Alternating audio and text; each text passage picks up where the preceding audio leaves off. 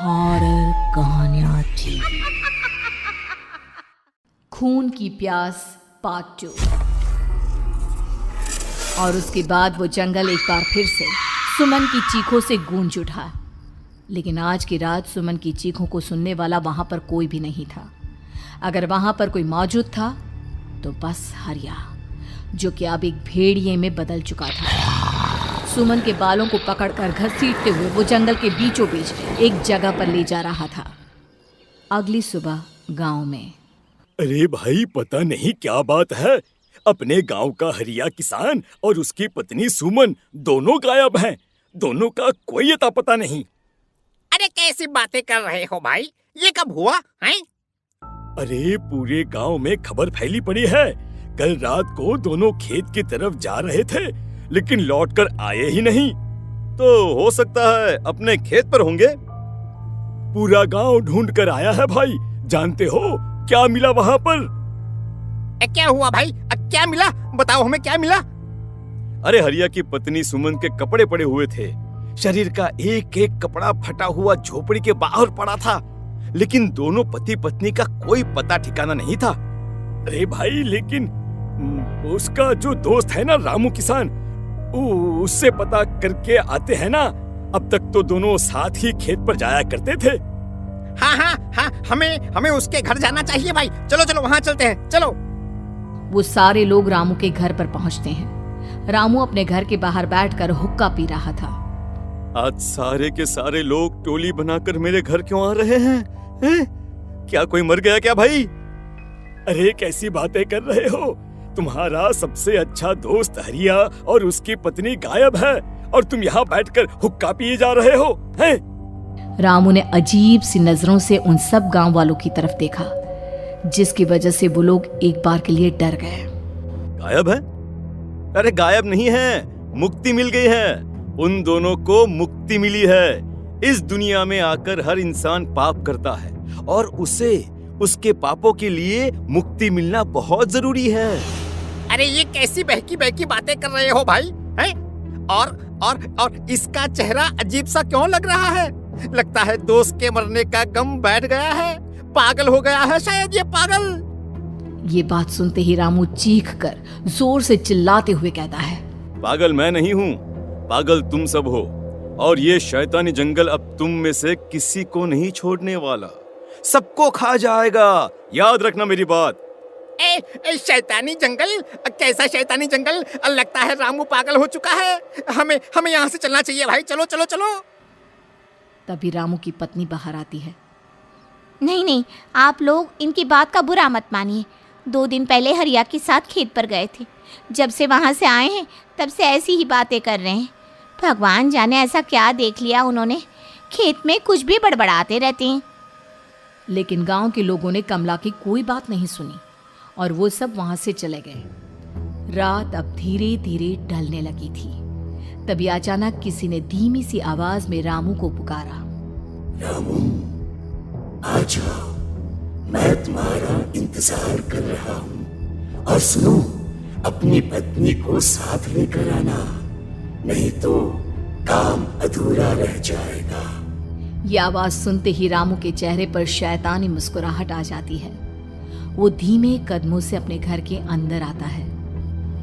क्या हुआ? तबीयत ठीक है ना अब आपकी? मैं तुझे अपने साथ खेत पर ले जाने आया हूँ, चल। मैं तुम्हारे साथ कहीं नहीं जाने वाली। मुन्ना गहरी नींद में सो रहा है और उसे अकेला छोड़कर मैं तुम्हारे साथ खेत पर नहीं आ सकती।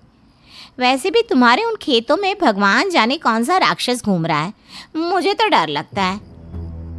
रामू गुस्से में दांत पीसता अपनी झोपड़ी से बाहर आ जाता है और कमला गहरी नींद में अपने बच्चे के साथ सो जाती है। तभी अचानक रात को रामू की झोपड़ी के ऊपर एक साया वही गाना गुनगुनाते हुए घूमने लगता है जो हरिया के मोबाइल में बजा करता था। मैं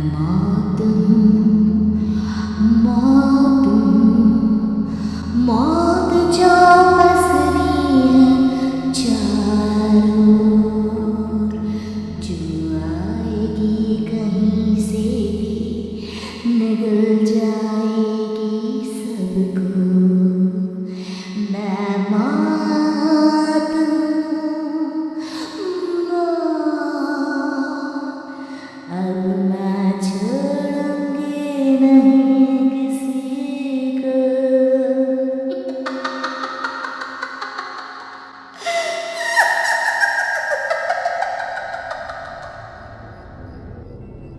ये आवाज सुनकर रामू की पत्नी कमला की आंख खुलती है और वो देखती है कि उसका मुन्ना अपनी जगह से गायब था।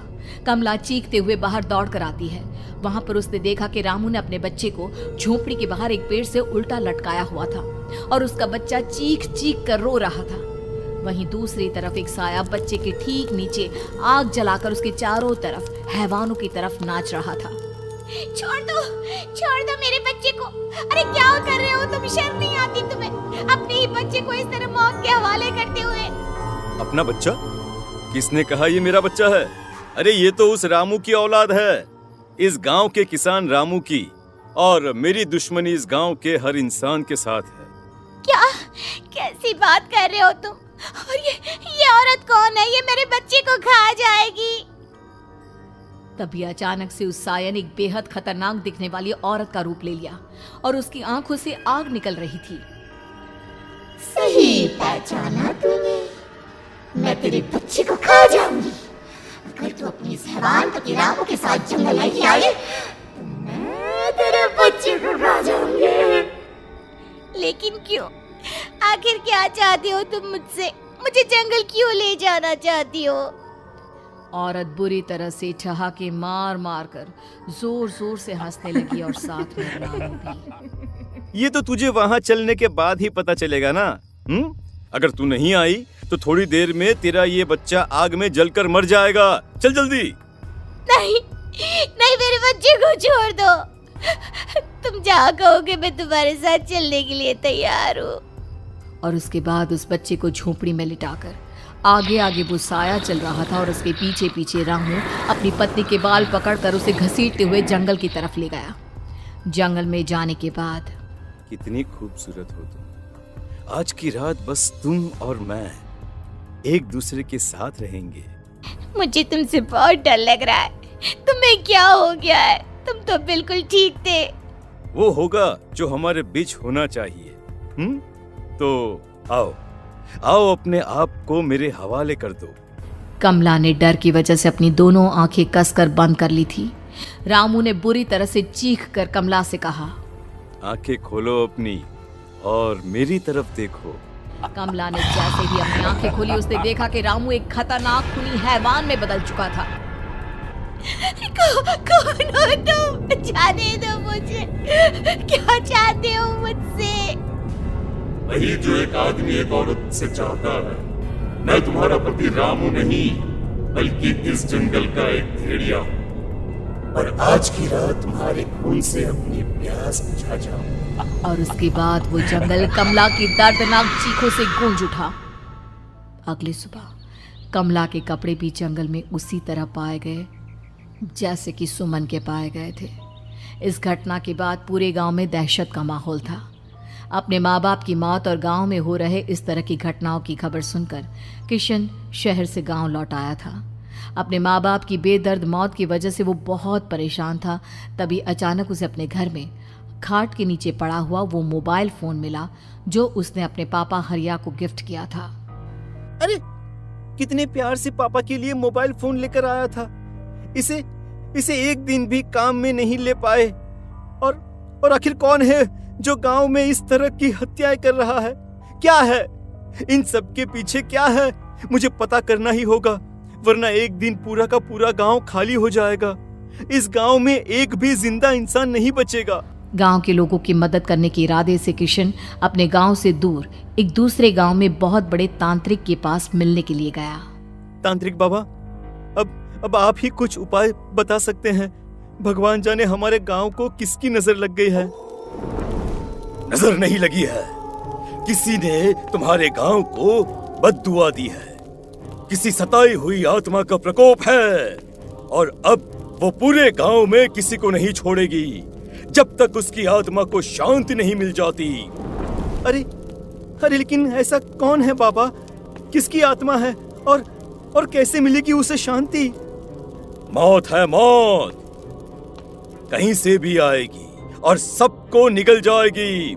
इससे बचने का सिर्फ एक ही उपाय है, लेकिन उस उपाय को करना आसान नहीं होगा। जो भी उस उपाय को करने की कोशिश करेगा उसकी जान जा सकती है। भले ही मेरी जान चली जाए, लेकिन मैं अपने गांव के लोगों की जान बचाने की पूरी कोशिश करूंगा बाबा।